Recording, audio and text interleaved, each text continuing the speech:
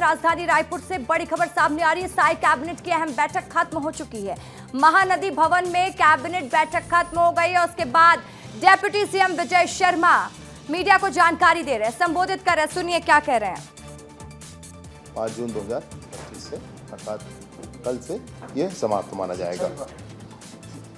सभी कर्मचारियों की जिला स्तरीय कर्मचारियों का संलग्नीकरण, जो भी संलग्नीकरण हुआ है वो 5 जून से समाप्त माना जाएगा। और वह भी फिर जब संलग्नीकरण समाप्त हो जाएगा, वो अपने मूल स्थान पर होंगे तो वह भी इस स्थानांतरण की नीति का लाभ ले पाएंगे, ऐसा है। और संलग्नीकरण रहेगा तो नहीं ले पाएंगे। 25 जून के उपरांत किसी भी तरह के स्थानांतरण पर पूर्णतः पुनः प्रतिबंध होगा। 25 जून के बाद कोई स्थानांतरण नहीं होगा। तो ये स्थानांतरण के लिए जो मोटी मोटी बातें हैं, पुराने जो कायदे कानून इसके हैं, उसके साथ साथ जो स्थानांतरण के लिए प्रमुख बातें हैं वो मैंने आपके सामने रखी। और ये बड़ा महत्वपूर्ण निर्णय है, विशेष रूप से हमारे प्रदेश के कर्मचारियों के लिए। माननीय मुख्यमंत्री जी ने बहुत चिंता करते हुए ये कहा कि इसका आज निर्णय करें। कर्मचारियों अगले समय में 1-2 महीने में स्कूल, बच्चों को स्कूल जाना होता है, उससे पहले सब व्यवस्थित हो जाए और बच्चों की स्कूल की पढ़ाई बाधित ना हो, ये सोच करके उन्होंने कहा है। दूसरा एक महत्वपूर्ण विषय मैं आपसे कहना चाहता हूं कि 23 फरवरी 2024 को माननीय मुख्यमंत्री जी बलौदाबाजार जिले के सिमगा विकासखंड के दामाखेड़ा गांव में गए थे, जिस समय मौनी मांघी मेला उस समय लगा हुआ था। कबीर पंथ के आचार्य प्रकाश मुनिनाम साहब मंच पर थे और प्रकाश मुनिनाम साहब ने ये बात रखी सारे कबीरपंथी समुदाय के सामने में कि कबीर जो हमारा दामाखेड़ा ग्राम पंचायत है, इसका नाम कबीर धर्मनगर दामाखेड़ा किया जाए, ऐसा उन्होंने माननीय मुख्यमंत्री जी से कहा। माननीय मुख्यमंत्री जी ने इस पर बहुत तुरंत ही निर्णय करते हुए, सारी प्रक्रियाओं को पूर्ण करते हुए दामाखेड़ा का नाम कबीर धर्मनगर दामाखेड़ा ऐसा करने का आज अंतिम निर्णय कैबिनेट में हो गया। आज के बाद से दामाखेड़ा कबीर धर्मनगर दामाखेड़ा के नाम से जाना जाएगा। इसी तारतम्य में 2 और स्थान हैं जिला कबीरधाम में। एक कवर्धा तहसील का गांव है गधा भाठा। तो गधा भाठा के नाम को बदलने की चिंता गांव वालों के मन में बहुत समय से थी। उसको परिवर्तित करके ग्राम पंचायत सोनपुर किया गया। गधा भाठा गांव पंचायत का नाम सोनपुर किया गया, ग्राम सोनपुर। और इसी तरह बोडला विकासखंड में, कवर्धा जिले में, जिला कबीरधाम में ही बोडला विकासखंड में ग्राम पंचायत चंडालपुर है, तो चंडालपुर का नाम चंदनपुर किया गया। तो आज की कैबिनेट में बहुत ही ऐतिहासिक ये 3 निर्णय जो मैं आपके सामने रखना चाहता हूँ। दामाखेड़ा का नाम कबीर धर्मनगर दामाखेड़ा हुआ। ऐसे ही कबीरधाम जिले में कवर्धा तहसील के अंतर्गत आने वाले गधा भाठा का नाम सोनपुर किया गया। कबीरधाम जिले के बोडला विकासखंड के अंतर्गत आने वाले ग्राम चंडालपुर का नाम चंदनपुर किया गया। कैबिनेट में यह अंतिम रूप से आज पारित हो गया। इसके अतिरिक्त पुरखौती मुक्तांगन जो है नया रायपुर के पास, आपने देखा होगा ट्राइबल म्यूजियम अभी नया बना हुआ है, बस वहीं पर एक और बड़ी संस्था कलाग्राम की स्थापना की जाएगी। इसके लिए 10 एकड़ की भूमि की आवश्यकता थी और उसका आज देने का निर्णय किया गया। तो उसी स्थान पर, वहीं पर ट्राइबल म्यूजियम भी होगा, वहीं पर पुरखौती मुक्तांगन होगा और वहीं पर यह कलाग्राम होगा। ऐसे नए रायपुर में इसकी स्थापना की जाएगी। ये भी बहुत महत्वपूर्ण है हमारे संस्कृति को संजोने के लिए, हमारे सारे कला की विविध विधाओं को जानने और एक स्थान पर देखने के लिए ये बहुत ही अच्छा स्थान होने वाला है। एक तीरंदाजी एकेडमी की भी के लिए भी 13.5 एकड़ लगभग ज़मीन को आज नए रायपुर का दिया गया, निःशुल्क दिया जा रहा है एकेडमी को, ताकि वहाँ पर वो तीरंदाजी का भी स्पेस बन जाए। और 2036 में छत्तीसगढ़ से हम तीरंदाजी में मेडल लेकर आ पाएँ ओलंपिक में, इसके लिए भी ये कोशिश की गई है। और स्टेडियम के ठीक पास में ही ये स्थान है जिसको दिया गया है। एक और महत्वपूर्ण विषय जो मैं आपके सामने रखना चाहता हूं कि छत्तीसगढ़ में किफ़ायती जन आवास नियम 2025 का अनुमोदन आज के कैबिनेट में किया गया। और ये किफ़ायती जन आवास का विषय ये है कि 600 स्क्वायर फीट से लेकर के 900 स्क्वायर फीट तक का प्लॉट, ये और उसमें ग्राउंड फ्लोर पर, फर्स्ट फ्लोर पर और सेकंड फ्लोर पर भी निर्माण किया जा सकता है। ये बिल्डर और जो बायर है उन दोनों के बीच का विषय होगा। ग्रामीण क्षेत्रों में भी ये किया जा सकता है और शहरी क्षेत्रों में भी किया जा सकता है। इसमें 2 एकड़ से लेकर के 10 एकड़ तक की ज़मीन के लिए ये इसमें इसका अनुमोदन हो जाएगा, तुरंत ही इसमें अनुमति मिलेगी। इसमें कोई प्रपंच वैसा प्लॉटिंग वाला वैसा कॉलोनी वाला नहीं होगा और पुराने नियमों से काफ़ी रिलैक्सेशन इसमें किया गया है। बहुत सारे जगह जो खाली छोड़ने पड़ते थे उसकी जगह कम जगह छोड़ना पड़ेगा, अर्थात एक व्यक्ति जो बिल्डर है वो उसमें 25% और अधिक प्लॉट और मकान बना पाएगा। इसको ये कर लिया गया है, लेकिन ये प्लॉट का साइज 600 से 900 स्क्वायर फीट ही होगा, ताकि वो हमारे उस वर्ग के लिए जिसको अभी घर प्राप्त करना है उस वर्ग के लिए वो उपयुक्त हो सके। तो 600 स्क्वायर फीट से 900 square feet ground floor, first floor, second floor मिलाकर वो 2500 स्क्वायर फीट का भी मकान हो सकता है। अब वो उन दोनों के बीच की आपस की डीलिंग होगी, परंतु 2 एकड़ से 10 एकड़ तक की ज़मीन अगर कोई बिल्डर, अगर कोई व्यक्ति जो ज़मीन का मालिक भी होगा इस दिशा में करना चाहेगा काम को, तो वो कर सकते हैं और इसके लिए ज़्यादा कानूनी प्रावधान नहीं होंगे, उनको तुरंत ही अनुमति मिल जाएगी और इसकी प्लॉटिंग करके और वो लोगों को प्लॉट उपलब्ध करा सकते हैं। ये बड़े प्लॉट्स के लिए नहीं है, ये विलास के लिए नहीं है, ये 600 स्क्वायर फीट से लेकर 900 स्क्वायर फीट जो ऐसे लोग हैं जिनको तुरंत अभी अब मकान खरीदना ही है। हम EWS कहते हैं, इकोनॉमिक वीकर सेक्शंस के लोग अपन कहते हैं, उन लोगों के लिए ये है। तो एक बहुत अच्छी पहल है जिसको ये किया जा रहा है। इसमें सारे ही भूखंड होगा और सारी ही अन्य व्यवस्थाओं की चिंता इस पूरे प्रावधान में की गई है, परंतु तुरंत ही उसको बनाया जा सकेगा और ज़्यादा वो बना पाएंगे ताकि उसका मूल्य कम रहे और लोगों के बीच में ये हो सके। छत्तीसगढ़ में युवाओं को सम्मान देने के लिए कोई प्रावधान अब तक थे नहीं और विष्णुदेव जी की सरकार ने पहली बार छत्तीसगढ़ के युवाओं को विभिन्न विधाओं में सम्मानित करने के लिए योजना बनाई है। युवा रत्न सम्मान योजना यह प्रारंभ किया गया है। यह आज की कैबिनेट के माध्यम से प्रारंभ होता है।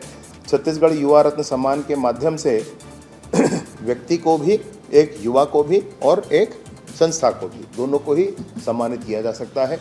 1 लाख और 2.5 लाख रुपए तक का ये विषय होगा। बाकी शॉल, श्रीफल मंच पर सम्मानित करने की प्रक्रिया अलग होगी और इसमें सामाजिक, साहित्यिक, नवाचार, खेल, शिक्षा, पर्यावरण, महिला एवं बाल विकास, मीडिया, स्वास्थ्य, विज्ञान एवं प्रौद्योगिकी, दिव्यांगजन सशक्तिकरण, कला, संगीत तथा लोक कला के क्षेत्र में ये सम्मान, युवा रत्न सम्मान दिया जाएगा। और ये दिन का दिवस निर्धारित करके, कार्यक्रम करके सारे लोगों के बीच में दिया जाएगा। मीडिया का भी है तो आपका भी इसमें विषय समाहित होता है और भी आपको ध्यान कुछ आएगा तो आप कालांतर में ज़रूर ध्यान दिलाएं। विष्णुदेव जी की सरकार पालनहारी सरकार है और वो इस सारे विषयों पर ज़रूर आगे बढ़कर काम करेगी। एक थोड़ा रिस्ट्रिक्शन है कि महिलाओं और बाल विकास के क्षेत्र में केवल महिलाओं को ही अवसर होगा कि वो इस पर कॉम्पीट कर सकें। थोड़ा अभी इसको रिस्ट्रिक्शन इसलिए रखा गया कि महिलाएं अगर उस दिशा में आगे बढ़ती हैं तो अच्छा हो सकता है, ये सोच करके। छत्तीसगढ़ का मूल निवासी होना चाहिए आदि इस विषय के साथ है। दूसरा ये है कि हमारे यहाँ कोच के पद बहुत सारे रिक्त थे, 94 कुल पदों में से 84 पद रिक्त थे और उसका कारण ये था कि हमको मैंने राष्ट्रीय क्रीड़ा संस्थान से डिप्लोमाधारी, डिग्रीधारी लोग नहीं मिलते थे और इसलिए 1 साल के लिए इसको रिलैक्स करके कंपटीशन की और सारी प्रक्रियाओं को पूरा करते हुए जो भी स्थानीय हमारे लोग होंगे उनको इसमें कंपटीशन के माध्यम से लिया जाएगा, कोच के रूप में लिया जाएगा। तो 1 साल वो शिथिल करके उसको लेने की प्रक्रिया है, लेकिन शिथिलीकरण सिर्फ 1 साल का है। छत्तीसगढ़ होम स्टे नीति 2025-30 का भी अनुमोदन किया गया है, जिससे विभिन्न हमारे पर्यटन के क्षेत्रों में उसके आसपास में रहने वाले लोग अपने होम स्टे को डेवलप कर पाएँ, उसके लिए पर्याप्त कानूनी प्रावधान, पर्याप्त बजटरी प्रोविज़न करके उसको आगे बढ़ाया जा रहा है। बहुत बहुत धन्यवाद आपसे। ये आप लोगों ने ट्रांसपेरेंसी लागू की है, क्या उसमें शिक्षक भी शामिल रहेंगे? यूट्यूब की तरह चल रहा है, 14 जिलों में ही प्रक्रिया। शिक्षा विभाग में शिक्षकों के अतिरिक्त गैर शिक्षकीय कार्य के लिए जो लोग हैं अधिकारी कर्मचारी वो सम्मिलित होंगे। सर, ये ऑपरेशन सिंदूर को लेकर 2 कांग्रेस नेताओं के ऊपर FIR दर्ज किया गया, आज 1 जून को सर कैसे देख रहे हो उनके बयान किस तरीके से आ रहे हैं? मैं देखा नहीं हूँ किसके ऊपर क्या दर्ज हुआ है, मैंने बहुत ही गलत किया होगा तो। अच्छा, ईडब्ल्यूएस का जो ये निर्णय आज का कैबिनेट का है, क्या ईडब्ल्यूएस के लिए जो जमीन आरक्षित बिल्डर को रखना होता था उसका है या अतिरिक्त तो नहीं, ये नया प्रावधान है। 2 एकड़ से 10 एकड़ की ज़मीन पर आप या मतलब जो भी वो मैप बना करके और 600 स्क्वायर फीट से 900 स्क्वायर फीट उससे बड़ा प्लॉट हो नहीं सकता। इसलिए हमने कहा कि भाई ईडब्ल्यूएस के लिए है, 2 प्लॉट जुड़ नहीं सकते। ये भी बड़ी स्पष्टता है इसमें। ये करके लोगों को देने के लिए इस नए प्रोविजन को लाया गया। नहीं, कीमत का निर्धारण, कीमत का। आप फेसबुक लाइव के थे, उस दौरान आपने कहा कि अब आने वाले समय में बस्तर में सुरक्षा बलों के कैंप लघु अनुपज केंद्र के तौर पर स्थित होगा। ये बिल्कुल मैं ये मानकर चलता हूँ, बिल्कुल मैं ये सोच कर चलता हूँ कि ये जो सुरक्षा बलों के कैंप हैं, इन सुरक्षा बलों के कैंप की बहुत ज़्यादा आवश्यकता भविष्य में नहीं होगी। और इसलिए यहाँ पर कुछ स्थानों पर तो थाने वगैरह खुल जाएंगे, लेकिन कुछ स्थानों पर, अधिकतम स्थानों पर 450 है भाई कैंप। बड़ा इंफ्रास्ट्रक्चर बना है उसमें, और जो इंफ्रास्ट्रक्चर बना बड़ा इन्वेस्टमेंट है मतलब उसमें। तो ये सारे ही स्थान, मुझे ये बिल्कुल लगता है, मैं पूरे प्राणपण से इसके लिए कोशिश करूंगा कि वहाँ पर लघु वनोपज के संग्रहण, प्रसंस्करण और उसके विपणन के केंद्र बने। वो बिल्कुल निर्धारित स्थानों पर बने हुए हैं। उन्हीं स्थानों पर मैं सोचता हूँ कि राशन की दुकानें आ जाएं, उन्हीं स्थानों पर मैं सोचता हूँ कि सीएससी के केंद्र आ जाएं। वो इसलिए आ जाएं कि वो बिल्कुल 8-8, 10-10 किलोमीटर के घेरे पर बने हैं। इतना आराम से आना जाना अभी वहाँ हो सकता है। 30-40 किलोमीटर किसी को राशन लेने की जाने की ज़रूरत नहीं, 5-6 किलोमीटर में राशन भी उपलब्ध होगा। ये किया जा सकता है और इसको पक्के से करेंगे, क्योंकि आने वाले समय में सशस्त्र नक्सलिज्म बस्तर से समाप्त होगा।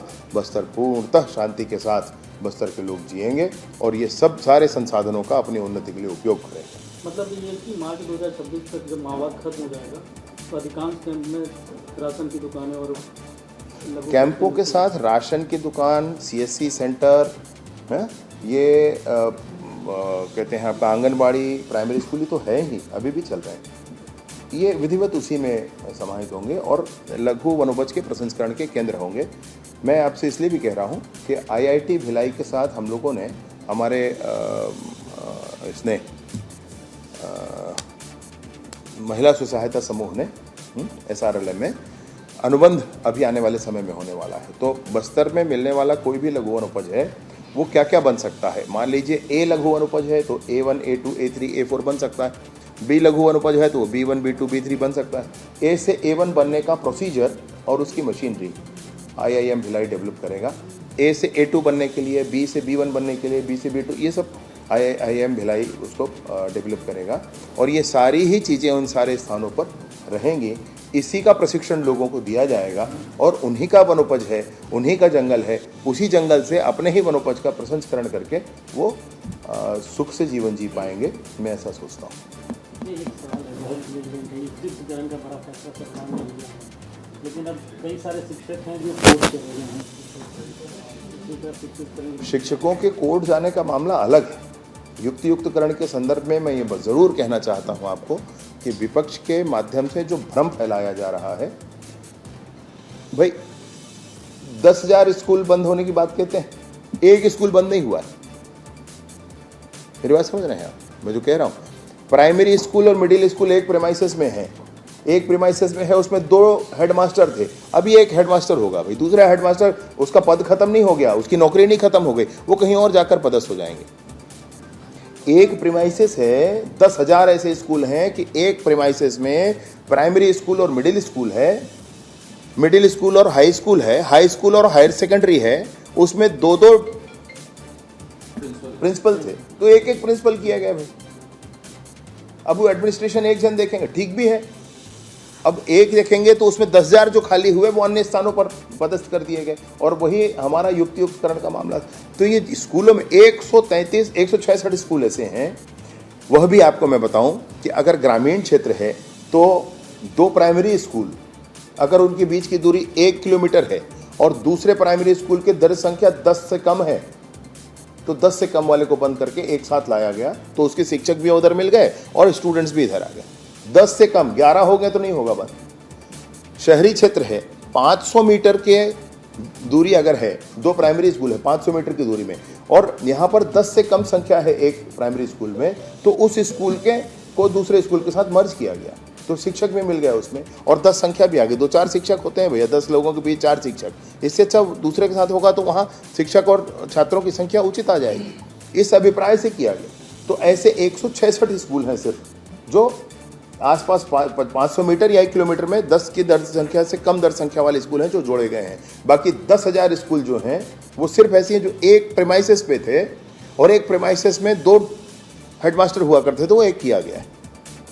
ये है युक्तियुक्तकरण स्कूलों का। शिक्षक संघ का ये आरोप है कि 2008 का जो सेटअप है उसमें बदलाव किया जा रहा है, इसको लेकर वो एक ज्यादा विरोध कर रहे हैं। इसमें देखिए, मैं आपसे कहूँ, शिक्षक साथी जितने हैं वो विभिन्न बातें हैं, एक बात नहीं है जो आप समझेंगे या मैं समझूंगा, विभिन्न बातें हैं। उन्होंने कुछ बातें मुझसे कही, उसमें मुझे बिल्कुल रिलेवेंट लगा, जिसके बारे में मैंने कहा भी, वो यह है कि 1 साल ही किसी की नौकरी बची है, अब उसको निकाला जा रहा है, तो वो रुकना चाहिए भाई, ये बात ठीक है। लेकिन ठीक है भाई, आसपास कहीं पर भी शिक्षक अच्छी शिक्षा हो जाए, उसके लिए व्यवस्था खड़ी की जा रही है। धन्यवाद। चाय वाय हुई? आप लोग हमेशा इधर आते हैं तो इधर चाय नाश्ता होता है?